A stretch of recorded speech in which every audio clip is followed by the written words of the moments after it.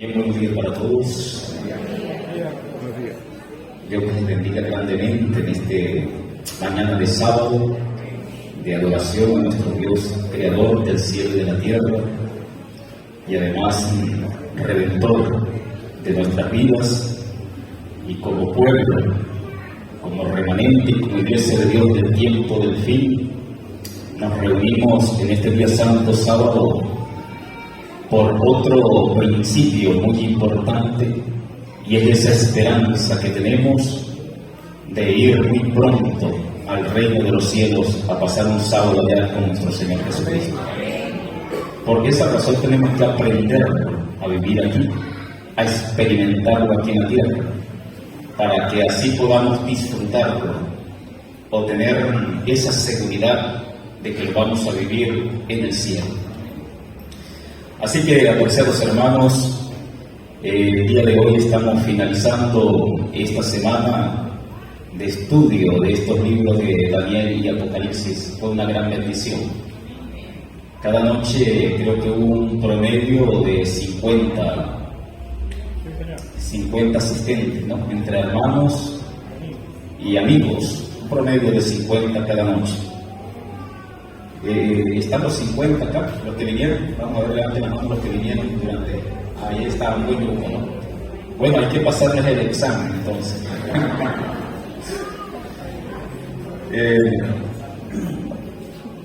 No tuvimos el tiempo de hacerlo, pero sí se les puede mandar ese examencito, pues sería bueno, ¿no?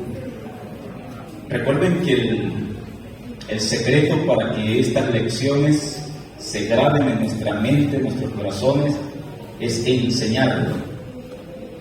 Así que los que no vinieron, pregúntale a los que vinieron, y ellos les van a dar con luz y detalle los textos, los nombres de los reinos, los años, las fechas, con luz y detalle.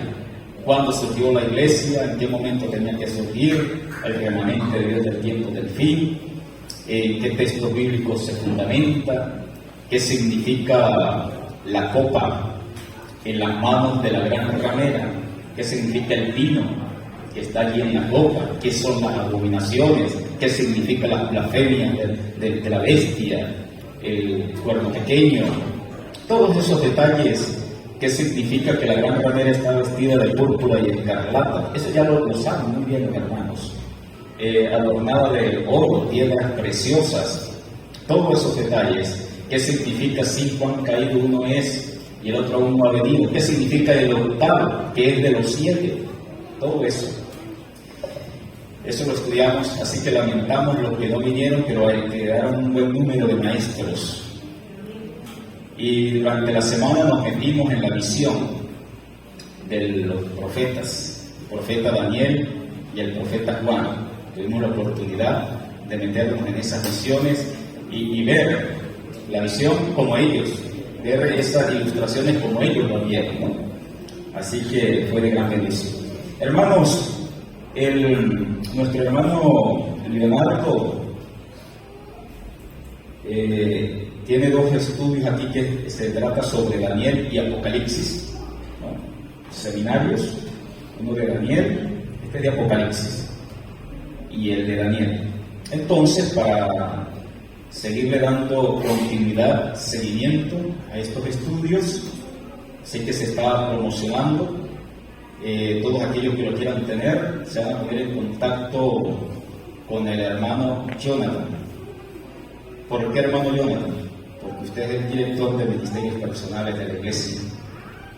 Por esa razón, hermano Jonathan, se lo voy a entregar a usted. Y todos los que quieran estos estudios, con el hermano Jonathan, y aquí tenemos los ancianos también, ¿no? Entonces, hermano Jonathan, a todos los que quieran los estudios, usted les va a decir cuánto es el monto, cuánto es el costo, ¿no?, del dinero. Si se regala, el material se pierde. Hay un alto porcentaje de que se pierde el material. Si el hermano interesado lo paga, el material se estudia y se aprovecha. Si se pierde muy poco, ¿no? Pero lo que es regalado, lo recibe y va y lo bota y se lo comen las cucarachas, los ratones por ahí en las casas. Lo dejan que los niños jueguen con ese material. Entonces, Dios nos ha revelado, le preguntamos a Dios, no, es mejor, vamos a cobrar, que lo paguen los hermanos. Es de mayor bendición. ¿Sí o no? ¿Cuántos están de acuerdo que sea que lo paguen, verdad? Esa es la bendición. Ahí está la bendición. Regalarlo. Cuando usted llegue a regalarle un folleto y eso, diga no. Dios quiere que yo lo pague. Mete la mano al bolsillo y lo paga. No lo reciba regalado, diga, yo lo quiero pagar. Así que hay que ser buenos mayordomos, administradores de los misterios de Dios y del material de Dios. La fe de Jesús es regalada, ¿verdad? Y se ha perdido mucho ese material, la fe de Jesús. Bien, mis hermanos, creo que hoy, nosotros esta próxima semana, este servidor va a estar esta próxima semana acompañando el grupo de Onia Santa Isabel, iglesia, ya no, el grupo de Onia. Y la siguiente semana, el miércoles, martes o miércoles, estaremos viajando hacia el Páramo, el jueves, miércoles, hacia el Páramo, donde, bueno, vamos a estar un tiempo allá hasta que Dios nos lo permita.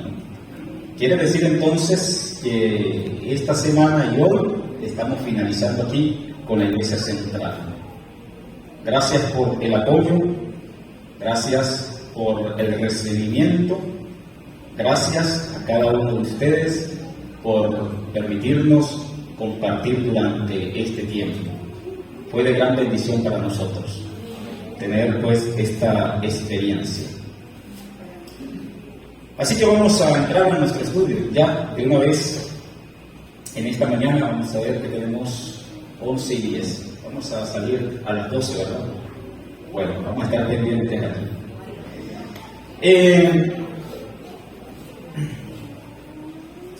Vamos a estudiar en esta mañana. Vamos a comenzar con Apocalipsis y luego nos vamos a ir a los Evangelios. Apocalipsis capítulo 17, el versículo 1 y 2. Vean lo que dice la palabra de Dios allí, Apocalipsis capítulo 17, versículo 1 y 2. Ese texto lo mencionamos anoche, pero ahora lo vamos a mencionar en contexto con el tema que vamos a estudiar en esta mañana. Dice la palabra de Dios: vino entonces uno de los 7 ángeles. De los 7 ángeles, ¿cuál ángel es? Los que vinieron anoche. El sexto ángel. Correcto. ¿Y por qué es el sexto ángel? ¿Por qué sabemos que es el sexto ángel? Porque tiene que ver con agua. Porque es el ángel de la sexta plaga que secó el río Éufrates. Y la gran ramera está sentada sobre ¿qué? Sobre muchas aguas. Así que ese es el ángel. Entonces vino uno de los 7 ángeles que tenía las 7 copas y habló conmigo diciendo: ven acá y te mostraré la sentencia contra quién. Esta mujer es una ramera. Dice acá. Y ahora va a mencionar el texto. Ya dice que está sentada sobre muchas aguas. El versículo 12 nos decían los 10 cuernos, que son esas mismas muchas aguas. Los 10 cuernos, porque eso la gran ramera está sentada sobre una bestia que tiene 7 cabezas y 10 cuernos. Muy bien. Ahora, es ramera. ¿Por qué es ramera esta mujer? El versículo 2 lo menciona. Con la cual han ¿qué? Fornicado ¿quiénes? Por esa razón es ramera. Porque ha fornicado con los reyes de la tierra. Esta mujer es una iglesia. Eso lo vimos en el primer tema, o segundo tema. El simbolismo de la mujer en la Biblia representa una iglesia. Apocalipsis 12, la iglesia de Dios. y Apocalipsis 17, la iglesia del dragón, que lo vimos durante toda la semana. El dragón le dio su poder y autoridad a la bestia donde está sentada la gran ramera. Es decir, Jesucristo tiene una iglesia, Satanás también tiene una iglesia. Apocalipsis 17 está hablando de la iglesia de Satanás, del dragón. Una iglesia, nos está diciendo este versículo, que es ramera porque fornica con los reyes de la tierra. Es decir, que la iglesia, cuando se une con el Estado, comete adulterio. Eso es fornicación. La iglesia, el esposo o novio es Jesucristo. De tal manera que el poder de la iglesia debe depender del Señor Jesucristo. El poder de la iglesia para predicar, para llevar el mensaje, evangelizar, buscar las almas, se fundamenta en Jesucristo. Por esa razón la Biblia dice que Jesucristo es la piedra angular, el fundamento de la iglesia. Pero cuando la iglesia se une con el Estado, entonces la fuente de su poder es el Estado mismo, el poder civil. Y en ese sentido es donde está la fornicación. Ya la iglesia no está dependiendo de Jesucristo, sino del poder civil. Y eso es lo que hace esta iglesia, una iglesia adúltera, una iglesia que comete fornicación porque se ha unido con los poderes civiles de la tierra. Ahora, ¿cómo lo expresó el Señor Jesucristo? En San Mateo capítulo 22, vayamos al versículo 21, estos dos poderes. Y si nosotros tenemos que cumplir con cada uno de ellos, dice la palabra de Dios, dijo el Señor Jesucristo, dad pues al César. César representa el poder civil, el poder del Estado. Dad pues al César lo que es del César y a Dios lo que es de Dios. Y a Dios es nuestro deber para con el reino espiritual, eclesiástico, está hablando de la iglesia. Entonces el Señor Jesucristo nos está diciendo en este texto que nosotros debemos cumplir con el poder civil, ¿sí o no? Ahí lo está diciendo, cuando menciona, da pues al César lo que es del César, es que nosotros debemos ser los primeros en toda la sociedad, en toda la ciudad, la población. Nosotros debemos estar en primer lugar como ciudadanos ejemplares, cumplir las leyes del Estado. Debemos dar al César lo que es del César. Y cuando se está hablando de dinero, ¿qué le corresponde al César? Los impuestos. Nosotros como cristianos, como hijos de Dios, tenemos que estar al día con los impuestos y dar a Dios lo que es de Dios. Si se refiere a dinero, ¿a qué se refiere? Está hablando de los diezmos y las ofrendas. Nosotros a veces somos fieles pagando los impuestos al gobierno, al Estado, pero no somos fieles pagando los diezmos y la ofrenda al otro reino, el reino espiritual, el reino eclesiástico. Así que nosotros estamos viviendo entre dos reinos que son legítimos, pero son legítimos cuando están separados. Cuando esos dos reinos se unen, se comete una fornicación, un adulterio. Por esa razón, entendemos entonces que el Señor, nuestro Dios, nos dio los 10 mandamientos. ¿Cuántas tablas? 2 tablas, dice Deuteronomio capítulo 4, el versículo 13. Dios nos las da en 2 tablas porque en las 2 tablas precisamente nos está diciendo que tenemos 2 deberes. Él no hubiese podido escribir en una sola tabla de piedra, pero no, escogió 2 porque hay 2 reinos que tienen que estar separados. Dice allí la palabra de Dios, Deuteronomio 4, versículo 13, hablando de los mandamientos que fueron escritos con el dedo de Dios en 2 tablas de piedra. Ahora, teniendo esos 2 principios, el Señor resume estas tablas de piedra en el Antiguo Pacto, Antiguo Testamento. Usted lo puede ver, el resumen de la primera tabla, en el capítulo 6, el versículo 5. El capítulo 5 está hablando de los mandamientos. Así que allí en el capítulo 6, versículo 5, está el resumen de la primera tabla de la ley. Dice, amarás a Jehová tu Dios con todo tu corazón y de toda tu alma y con toda tu fuerza. Si haces esto, has cumplido con la primera tabla de la ley. Su deber para con Dios, su deber espiritual, su deber para con la iglesia, adoradores de Dios. En otras palabras, cuando usted le pregunta, ¿usted ama a Dios? Le pregunta a una persona, ¿amas a Dios? Y esa persona dice, sí, yo amo a Dios. Entonces tienes que llevarlo a la primera tabla de la ley, porque amar a Dios implica la obediencia de esa tabla. Aquella persona que está quebrantando uno de los mandamientos de la primera tabla y dice que ama a Dios es mentiroso, dice la Biblia. En 1 Juan capítulo 2, versículo 3, 2 y 3, dice que es un mentiroso. El que dice que ama a Dios y no guarda sus mandamientos es mentiroso. Y la verdad no está en él. Porque aquí entonces Dios está resumiendo esa primera tabla de la ley.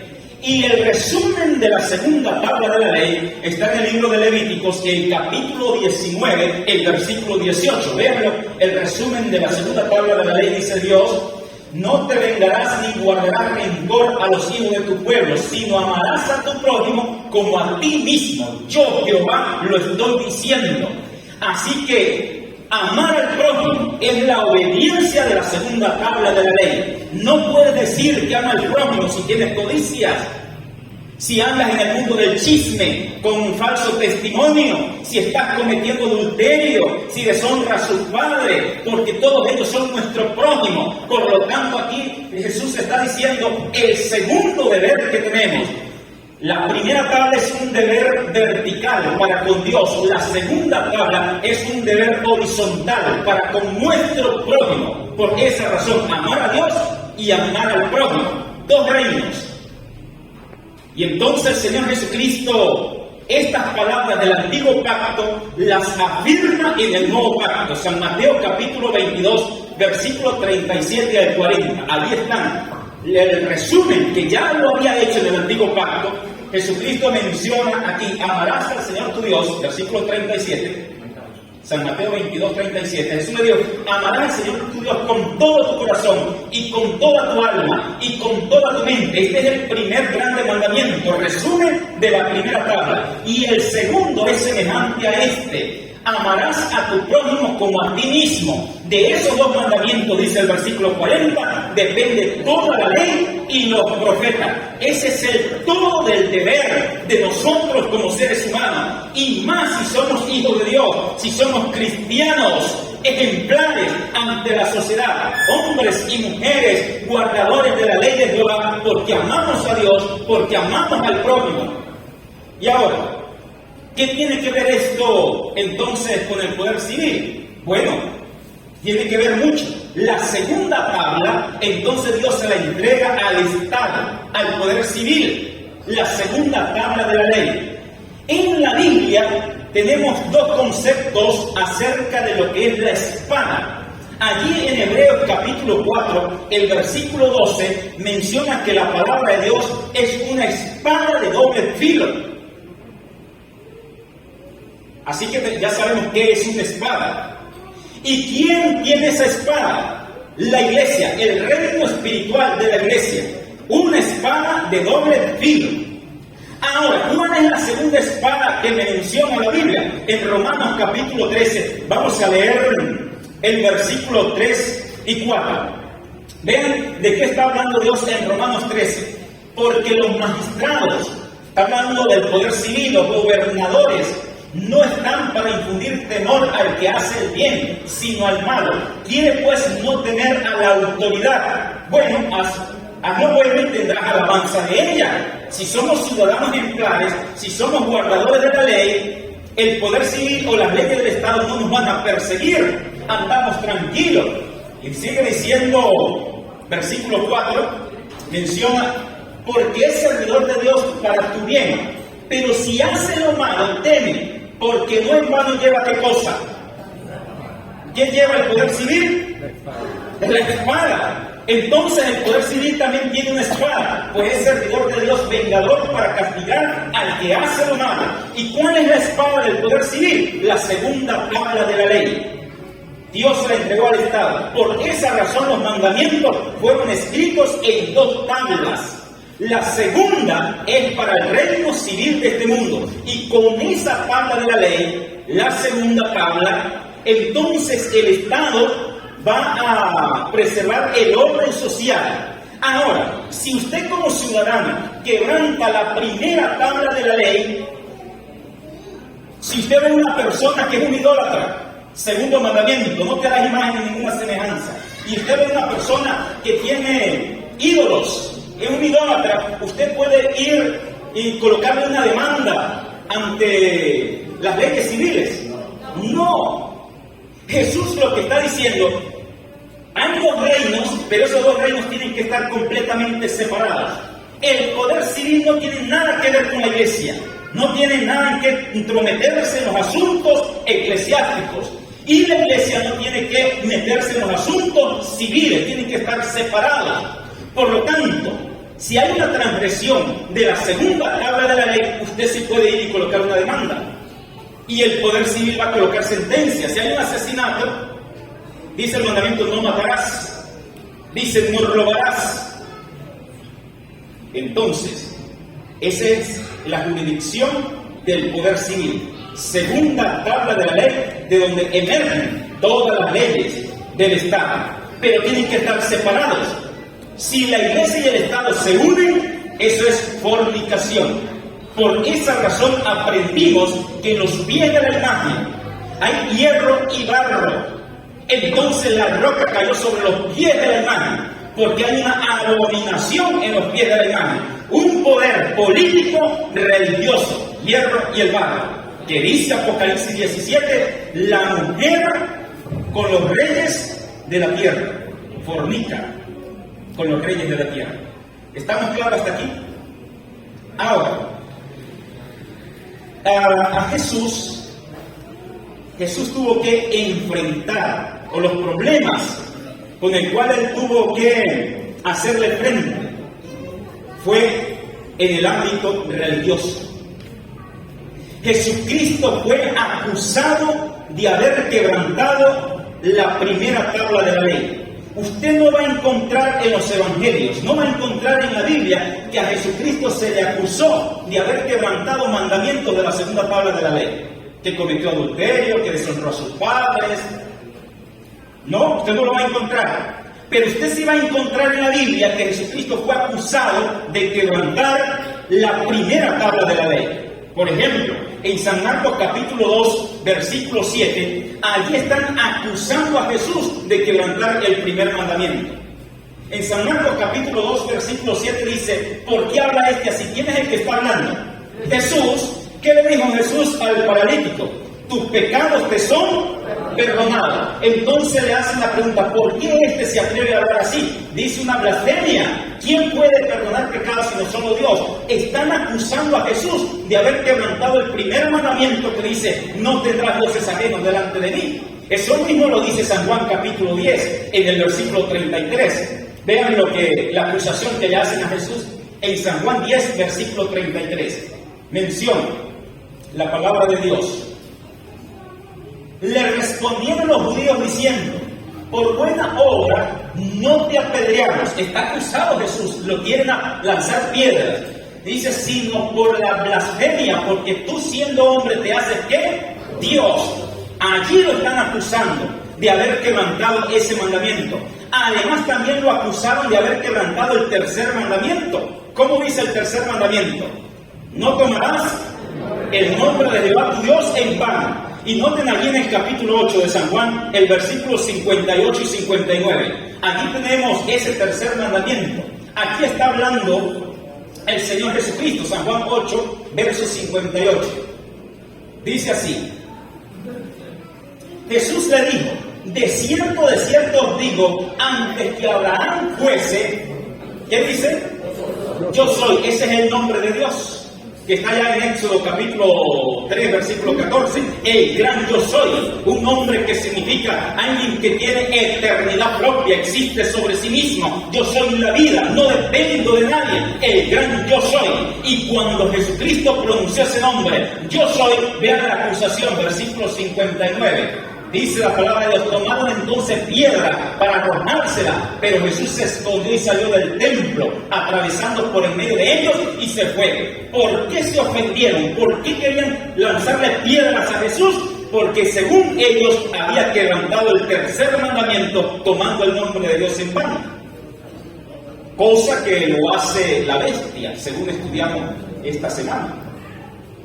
Quebranta los mandamientos de Dios.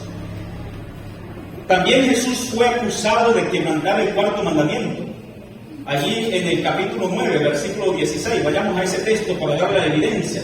San Juan 9, versículo 16 menciona: entonces algunos de los fariseos decían, ese hombre no procede de Dios. Están hablando de Jesús, porque no guarda el día sábado. Otros decían, pero ¿cómo puede un hombre pecador hacer esta señal? Y había disensión o confusión entre ellos. Allí fue acusado Jesús de quebrantar el sábado, el cuarto mandamiento.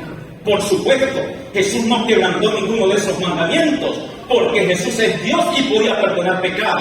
Porque si Jesús es Dios y tiene el nombre de Dios, el gran yo soy. Y aquí en cuanto al sábado, Jesús no lo está quebrantando. Los transgresores del sábado eran los fariseos.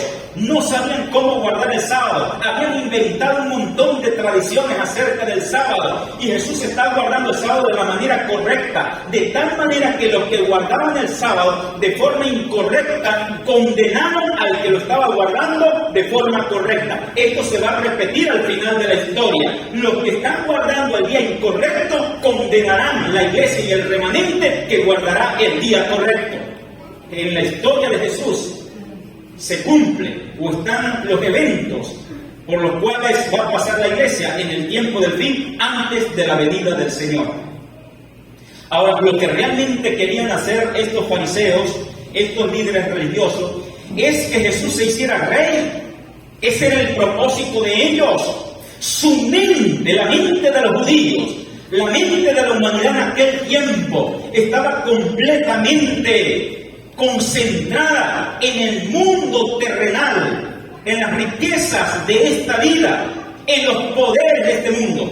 Por esa razón vemos a Judas que entregó a Jesús no por las 30 monedas. Las 30 monedas simplemente eran una excusa. Lo que él quería era que Jesús se hiciera rey y él ser el primer ministro o tesorero de ese reino. Tenía su mente en el reino de este mundo, y como su plan no le salió como él pensaba, entonces, lleno de remordimiento y la avaricia en su corazón, botó esas 30 monedas y se ahorcó. Él no quería las 30 monedas, él quería algo más grande en este mundo. Entonces, aquí en San Juan, noten en el capítulo 6, vamos a colocar el capítulo 6 y vamos a poner como ejemplo el versículo 15. Hay varios textos, pero solamente estamos haciendo un resumen. El versículo 15 dice, pero entendiendo Jesús que iban a venir para apoderarse de él y hacer lo que cosa. Aquí fue cuando Jesús multiplicó el pan y todos dijeron, este debe ser nuestro rey.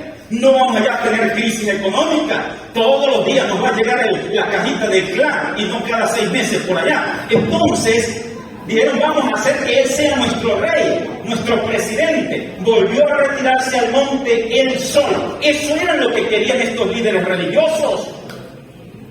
Prosperidad económica, que les hiciera libres del yugo de los romanos. Y Jesucristo no lo recibieron.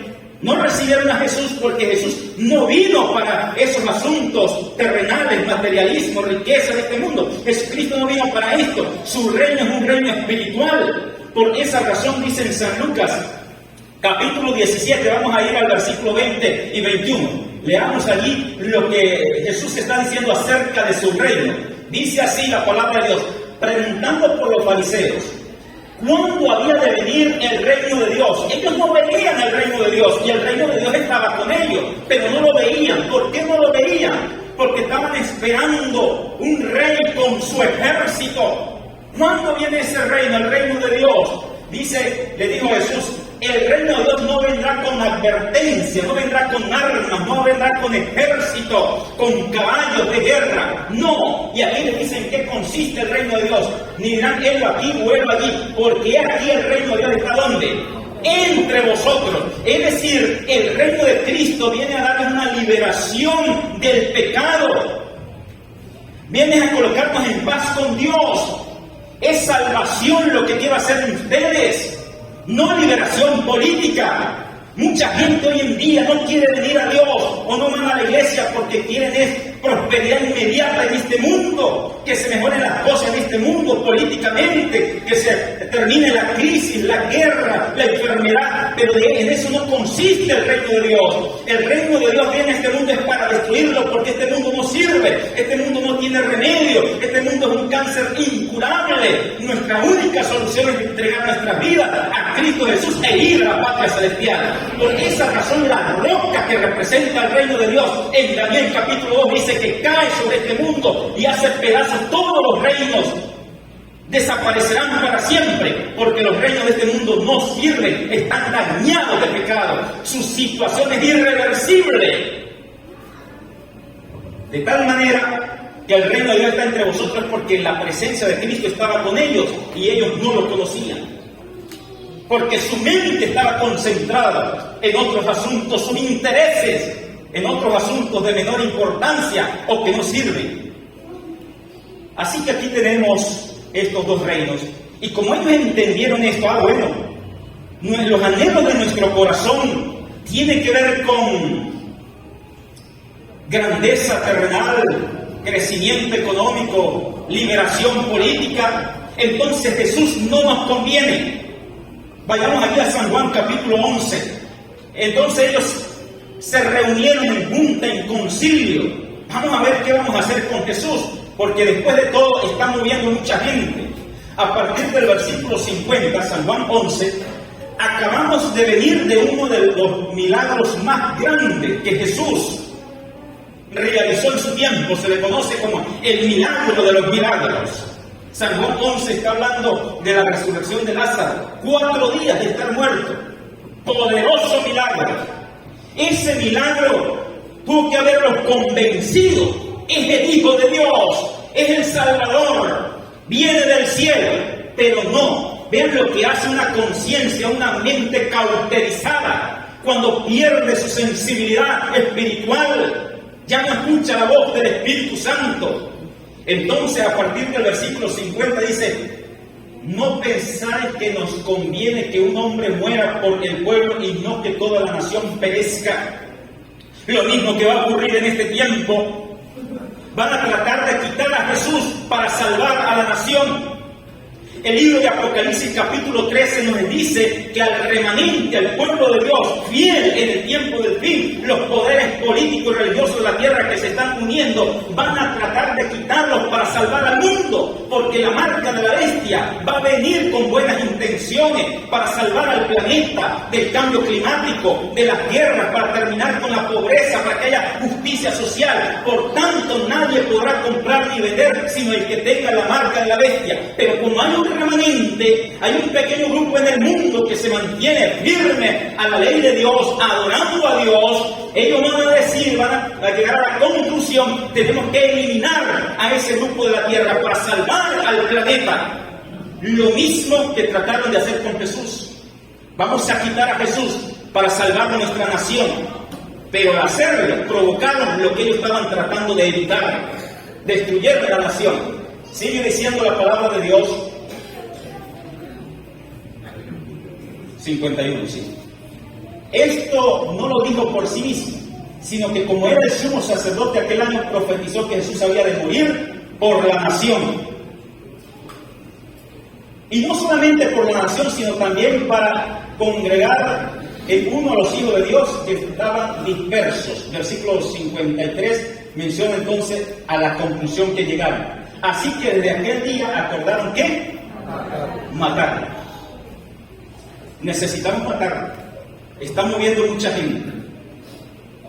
Por lo tanto, en San Mateo, el capítulo 26, vamos a leer a partir del versículo 51. San Mateo 26, versículo 51. Noten lo que está ocurriendo aquí con los discípulos.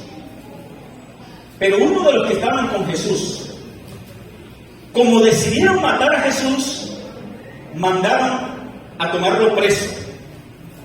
Estaba Jesús en el monte de los Olivos con los los apóstoles, y ahí estaba entre ellos el apóstol Pedro.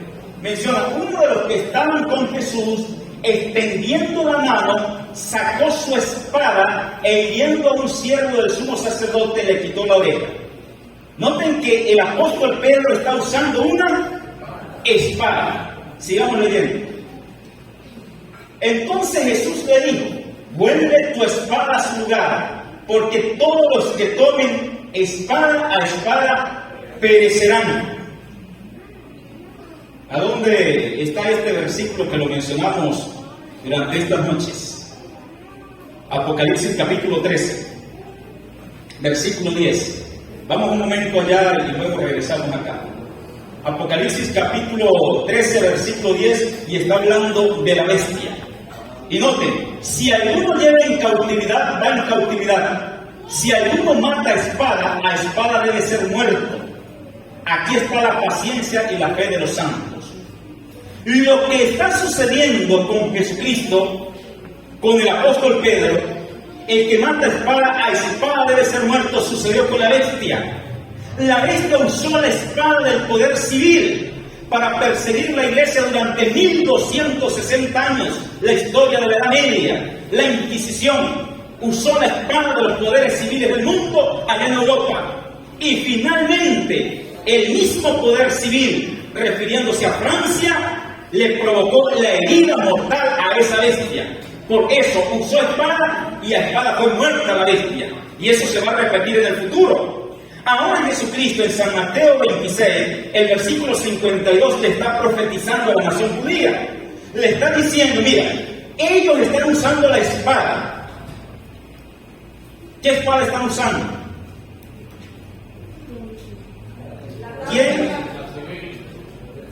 ¿Quiénes fueron a tomar preso a Jesús? Soldados romanos. Están usando la espada del poder civil de Roma.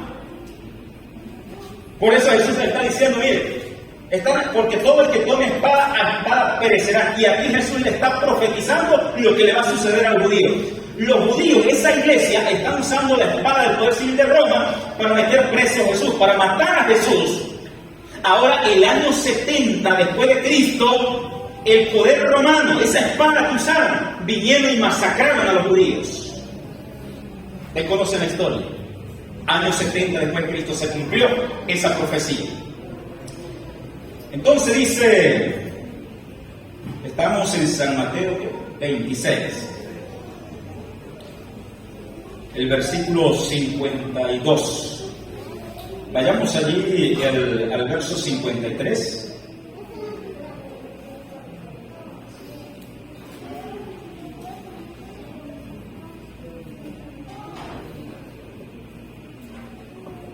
Nos dice la palabra de Dios,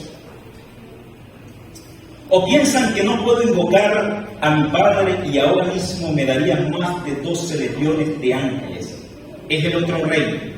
Están usando el reino de aquí la tierra, pero ahora se refiere a su reino espiritual, al cual él pertenece. Ahora vayamos al versículo 57. Los que habían apresado a Jesús lo llevaron ante Caifás, el sumo sacerdote, donde estaban reunidos los escribas y los ancianos. Ahora le van a hacer un juicio a Jesús. Ya decidieron que lo iban a matar. Enviaron por Jesús, lo llevaron preso y ahora le van a hacer un juicio. Noten que en este juicio que le hacen a Jesús, el poder religioso violó o quebrantó las leyes civiles o los derechos civiles de Jesús. Este juicio se lo hicieron a Jesús de noche, en secreto. Eso lo prohibía la ley. Tenía que ser de día y en público. A Jesús se le tenía que permitir tener un defensor, un abogado. A Jesús no le permitieron tener un defensor. El sacerdote Caifás golpeó a Jesús antes de habérsele juzgado o encontrado culpable. Otra violación del Código Civil. A Jesús se le trajo un testigo falso se quebrantó otro derecho civil. A Jesús lo juzgaron un sábado ceremonial, el día viernes, era el día de la Pascua, y la ley prohibía hacer juicio un día de fiesta ceremonial. Quebrantaron ese principio. Además, condenaron a Jesús el mismo día lo sentenciaron a muerte, o lo llevaron a muerte cuando la ley decía que debía ser 3 días después de la sentencia. Es decir, que con Jesús se violaron todos sus derechos civiles en este juicio. Una inquisición. Versículo 59 en adelante, dice la palabra de Dios. Y los principales sacerdotes y todo el Sanedrín buscaban un falso testimonio contra Jesús para que lo mataran. ¿Buscaban un falso qué? ¿Sí notan en los líderes religiosos una mente cauterizada, sí o no? No importa si lo estamos haciendo mal. No importa si estamos cometiendo pecado. No importa si el testigo es falso. Con tal de matar a Jesús. Versículo 60. Pero a pesar de haberse presentado muchos testigos falsos, no lo hallaron. Por fin se acercaron 2 y le dijeron: este dijo, puedo derribar el santuario de Dios y reconstruirlo en 3 días. Levantándose el sumo sacerdote le dijo: no responde nada sobre lo que estos testifican contra ti. Pero Jesús callaba. Entonces el sumo sacerdote le dijo: te conjuro por el Dios viviente, que nos diga si tú eres el Cristo, el Hijo de Dios. Jesús le dice: tú lo has dicho, y además os digo, desde ahora veréis al Hijo del Hombre sentado a la diestra del poder y viniendo en las nubes del cielo. Entonces el sumo sacerdote rasgó su vestidura, diciendo: ha blasfemado. ¿Qué necesidad tenemos ya de testigo? Ahora mismo habéis oído la blasfemia. ¿Qué os parece? Respondiendo ellos dijeron: es reo de muerte. Aquí tenemos un decreto de muerte sobre Jesús. Ahora vayamos a San Juan en el capítulo 18. San Juan capítulo 18, y vamos a leer del versículo 28 al 31. Dice la palabra de Dios: llevaron a Jesús de casa de Caifás al pretorio. El pretorio es como decir el patio allí al frente del palacio del gobernador Pilato, el pretorio. Ahora, noten lo que sucede aquí. Era de mañana y ellos no entraron en el pretorio para no, ¿qué cosa? Y así poder comer.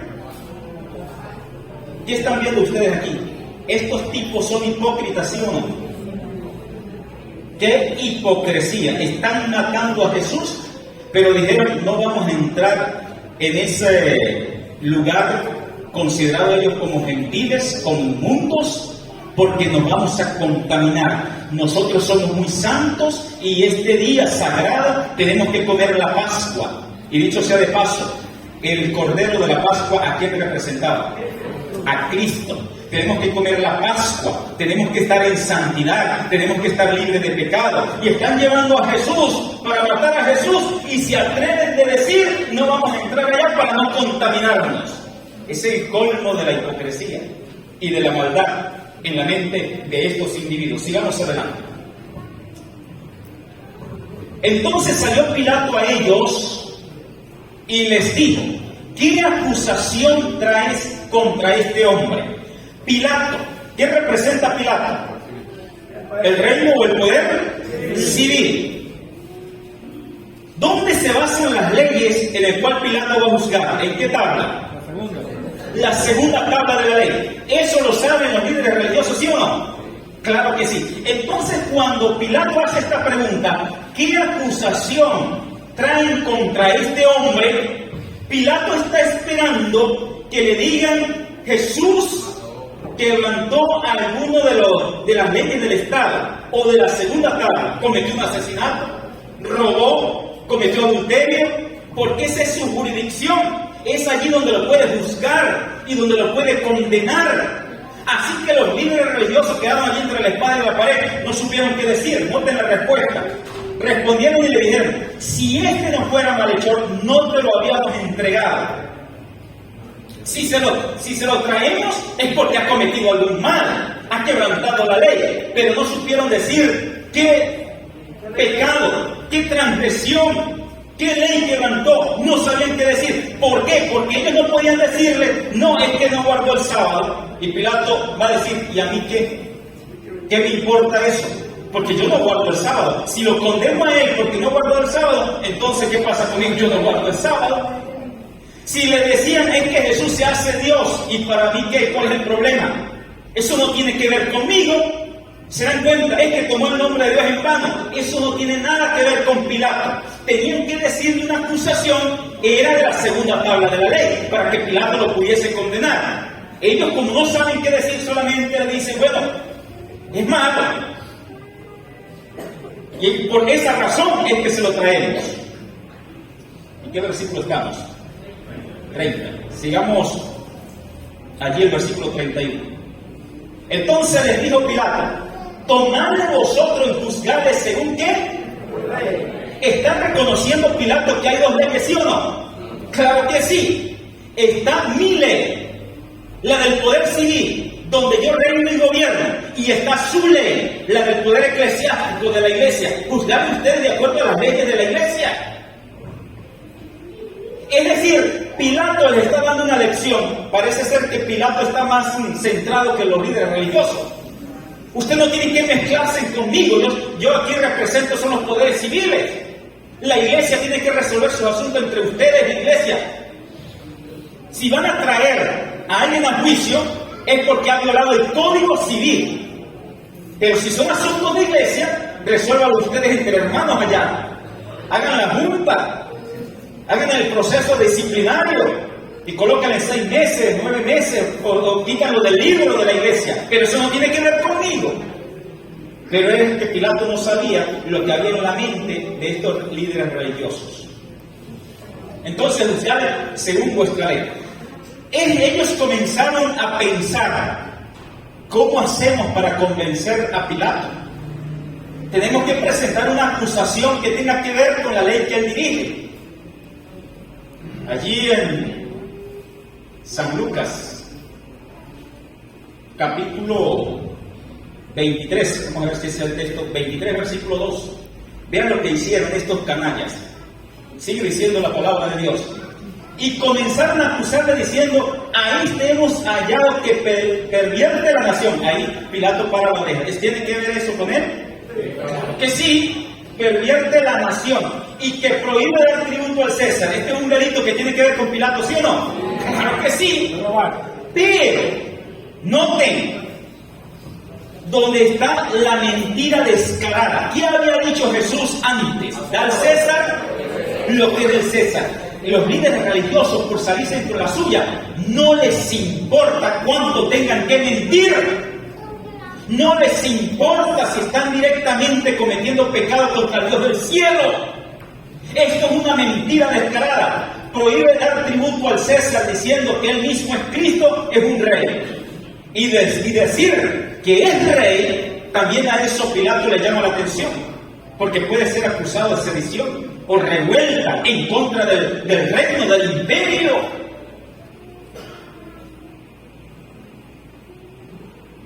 Vayamos nuevamente a San Juan capítulo 18 y vamos a leer el 36 al 38 para que vean cómo se sigue desarrollando este asunto. Respondió Jesús: cuando lo acusaron de que se hacía rey, entonces Pilato lo lleva a juicio, le hace las preguntas: ¿de qué se trata? ¿Eres tú rey? ¿Cuál es tu reino? ¿Qué es lo que usted quiere hacer? Pilato le pregunta a Jesús, porque Pilato se preocupa. Respondió Jesús y le dice: mi reino no es de este mundo. En otras palabras, Jesús le está diciendo a Pilato: tranquilo, no tiene que ver con su reino. Mi reino es completamente distinto a su reino. No representa una amenaza para ti, para el imperio romano. No, mi reino no es de este mundo. Si mi reino fuera de este mundo, mis servidores pelearían para que yo no fuera entregado a los judíos, pero mi reino no es de aquí. Y aquí Pilato entiende. No.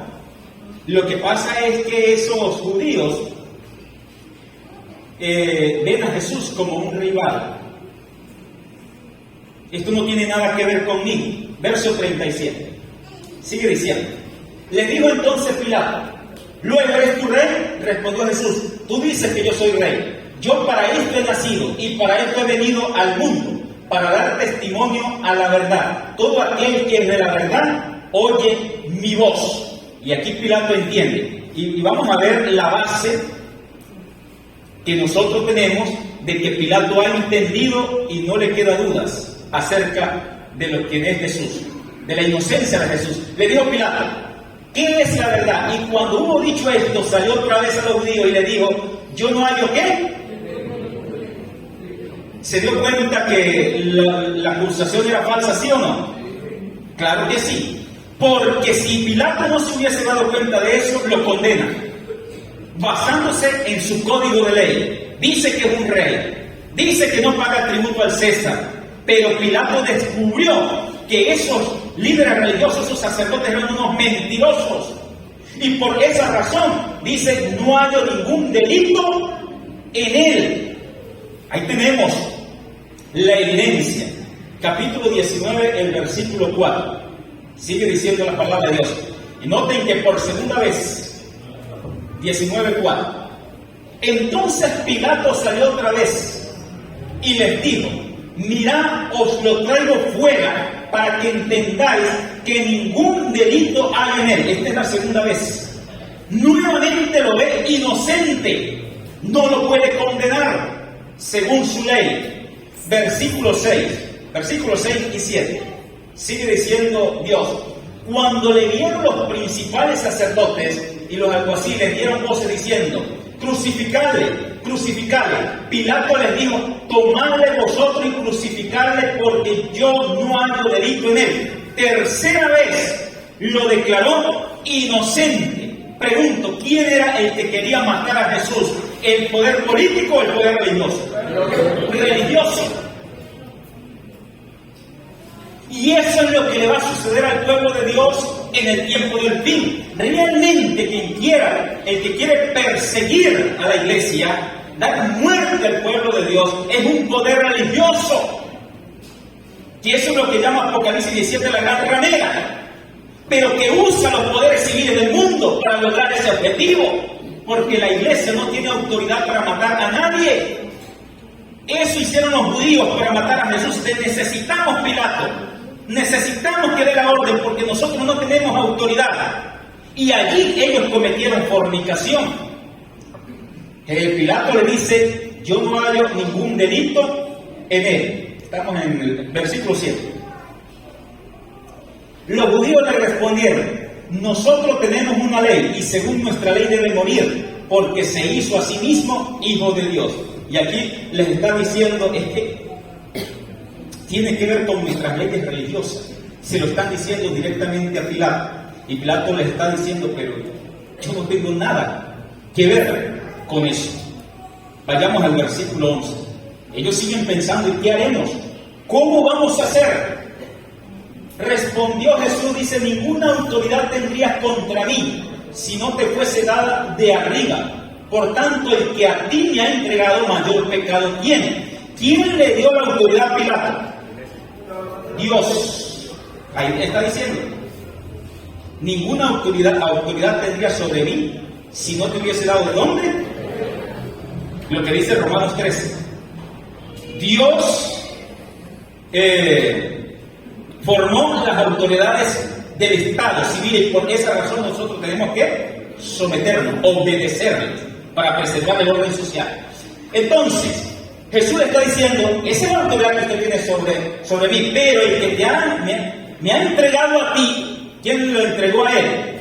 La iglesia, los líderes religiosos, mayor pecado tienen. Realmente ellos son los autores. Sigan. Versículo, ¿cuál vamos? 12, no veo allí. Desde entonces procuraba Pilato soltarle, pero los judíos daban voces diciendo: Si a este sueltas, no eres amigo de César. Ahora viene la estrategia política. Los líderes religiosos pensaban, bueno, hemos luchado tanto, no logramos convencer a Pilato. Vamos entonces a la estrategia política. Y eso mismo va a suceder en este tiempo. La estrategia para condenar al pueblo de Dios. ¿Qué estrategia ellos usaron? ¿No eres amigo de quién? Del César. ¿El César es superior a Pilato, sí o no? Sí. Claro que sí. Es decir, si usted no nos da lo que nosotros le estamos pidiendo, te vamos a acusar con su superior. Entonces Pilato aquí se asustó. Dice, el que se hace rey a César se opone. Ya Pilato sabía que eso era un engaño, era una mentira. Pero ahora Pilato comienza a preocuparse por cuidar su puesto político. Si me acusan ante el César, voy a perder mi puesto político. Voy a dejar de ser el gobernador aquí en Roma. Esa es la estrategia, una estrategia política para condenar a Jesús. Así que sigamos. Versículo 13. Entonces Pilato, oyendo esto, llevó fuera a Jesús y se sentó en el tribunal en el lugar llamado Enlosado y en hebreo Gabá. ¿Qué hizo? Sigamos, 14. Era la preparación de la Pascua, y como la hora sexta, entonces dijo a los judíos: he aquí vuestro rey. Lo entregó. No voy a permitir que me vayan a acusar allá ante el César, mi superior, y yo voy a perder mi puesto aquí políticamente. Entregó a Jesús, a pesar de que a Pilato se le dio advertencia. ¿Dónde está la advertencia? San Mateo 27, creo que es 27, 19. A ver, nosotros somos el pueblo del libro, ¿no? Si es 27 o 26, 27, 19. 27. Sí, vamos a ver si es el texto, ¿no? Sí, ahí está la advertencia. Y esa advertencia se la está dando hoy Dios a los líderes o a los poderes civiles de la tierra. No tengan nada que ver con la iglesia, es fornicación. Y aquí está la advertencia que recibió Pilato. Su mujer le mandó a decir: no tengas nada que ver con ese justo, porque hoy he padecido muchos sueños por causa de él. Ahí está la advertencia que recibió Pilato. Es lo que Dios le dice hoy a los poderes civiles. Cuando nosotros vemos a ese líder religioso visitando las naciones, los jefes de Estado que van ante la sede del Vaticano pidiendo consejería, Dios le dice: no tengan nada que ver con eso. No se metan allí, es ilegal. Queríamos mostrar esa evidencia. Y vayamos otra vez donde quedamos. San Juan 19, quedamos en el versículo 14, ¿se acuerdan, verdad? Ahora vamos a leer el versículo 15. San Juan 19, versículo 15. Pero ellos gritaron: fuera, fuera, crucifícale. Y Pilato le dijo: a vuestro rey he de crucificar. Ahora noten, aquí está, pie de la imagen, cuerno pequeño. Apocalipsis 17, la gran ramera que fornica con los reyes de la tierra. Aquí está. Ellos respondieron, los principales sacerdotes, los líderes, los pastores de la época: no tenemos más rey que a quién. Entonces Dios escribió en los libros del cielo: apostasía nacional.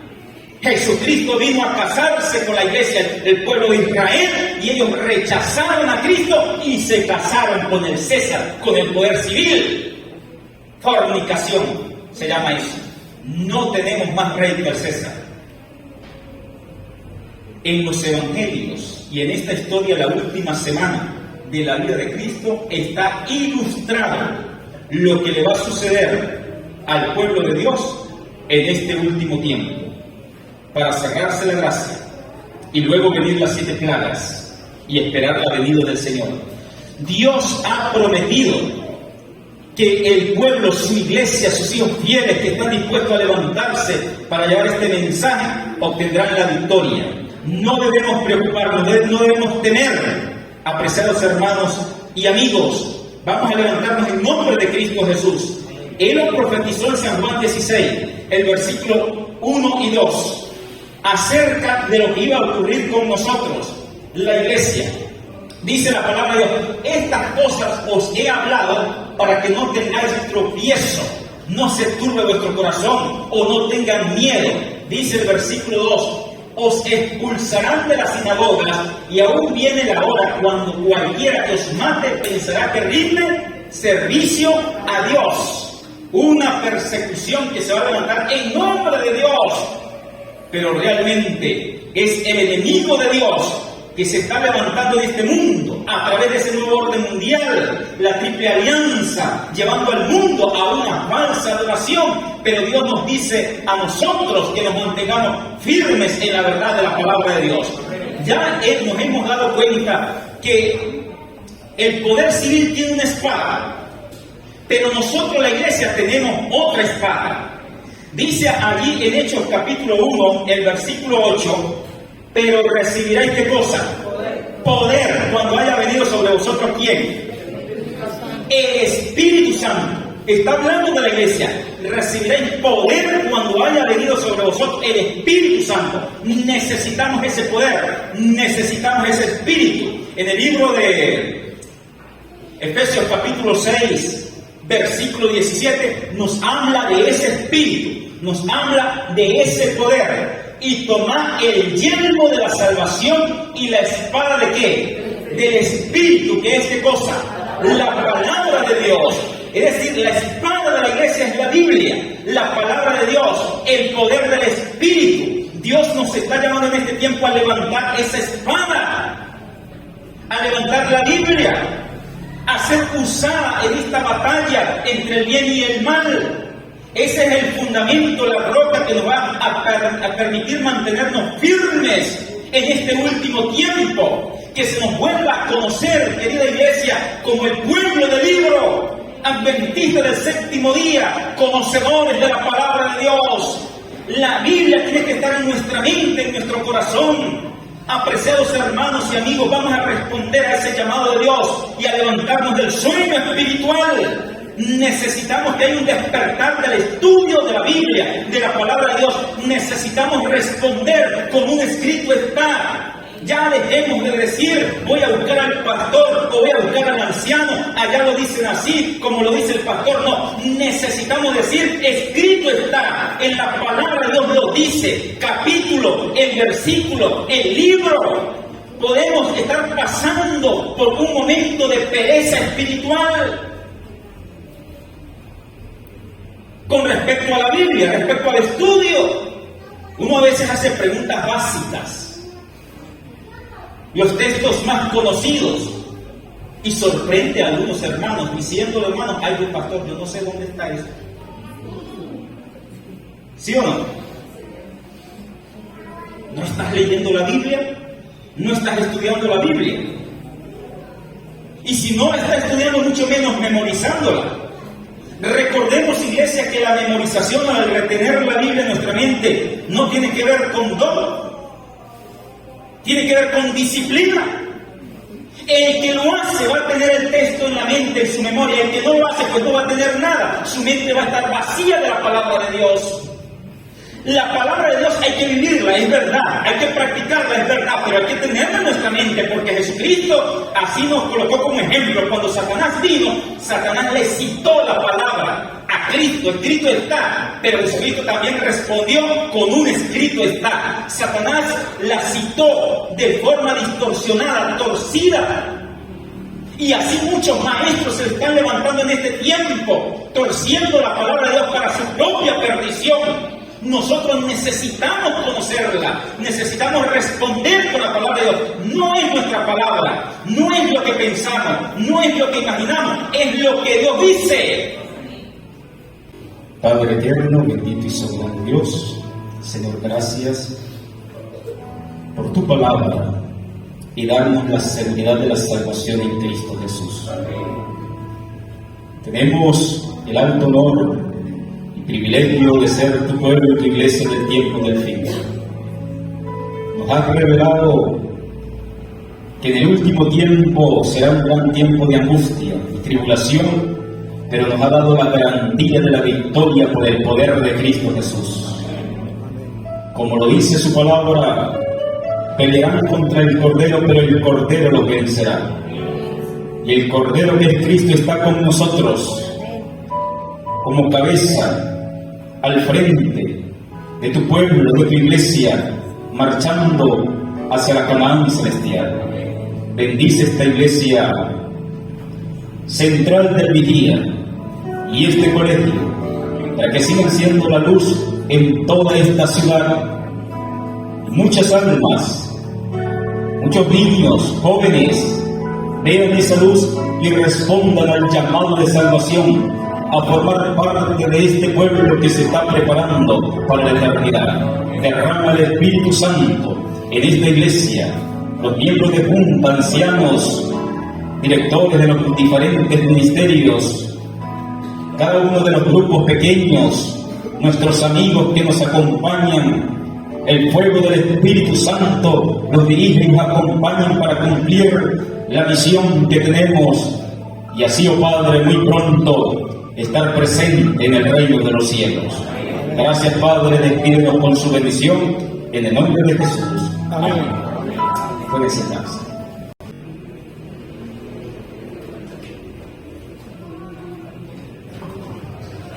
Muy bien, vamos a colocarnos en pie. No queremos, pastor, terminar esta hermosa programación, este hermoso mensaje del día de sábado, sin antes públicamente agradecerle en primer lugar a Dios y agradecerle a usted por todo este tiempo que ha estado con nosotros, casi 2 años, donde hemos podido aprender bastante. En nombre de la Iglesia Central del Vigía, en nombre también de la Iglesia del Paraíso, de todo el personal que labora también en el colegio, en nombre propio de mi familia, le estamos altamente agradecidos. ¿Verdad? Ha sido un hermoso privilegio poder tenerlos a usted, su esposa Alejandra, a los niños quienes han sido parte de esta familia durante todo este tiempo. Les vamos a extrañar bastante, ¿verdad? Aquí está esta iglesia, aquí está esta hermosa familia, y siempre le vamos a llevar en el corazón, siempre deseando que el Señor dirija cada uno de sus pasos, y donde quiera que vayan puedan ser portadores de esa luz maravillosa. Sigan adelante, que el Señor siga bendiciendo sus talentos, bendiga su ministerio, al igual que Alejandra. Gracias, Alejandra, por la paciencia, por toda la entrega a los jóvenes en relación a la música. De verdad han hecho un bonito equipo, su trabajo estoy seguro que va a seguir dando frutos, al igual que usted, pastor, hombre de Dios entregado a los jóvenes. Como lo dijeron usted al comienzo de la predicación, los que vinimos vamos a seguir siendo multiplicadores de sus mensajes. Esos mensajes también quedaron grabados allí. Vamos a seguirle dando continuidad, vamos a pasarlo por las redes sociales, por la emisora, para que la palabra de Dios se siga multiplicando, para que siga dando sus frutos. Así que el hermano Nelson, en nombre de toda la iglesia, también le va a dar unas palabras. Bueno, feliz sábado para todos. Pastor, de verdad que las palabras quizás sobran para la expresión que quisiéramos darte por la gratitud que tenemos la Iglesia Central del Vigía, el colegio, por todo el bien que usted hizo para nosotros. Y esta última semana fue de bendición, algo en mi caso particular aprendí, no como hubiese querido, pero que fue bastante la enseñanza que usted nos brindó, y pedimos a Dios Todopoderoso que sea siempre con su esposa, con sus hijos, sin duda alguna de gran bendición donde usted va a llegar. Para esas personas donde usted va a llegar, Dios nos mandó porque los necesitaban allá. Pero aquí esperamos tenerlo algún día nuevamente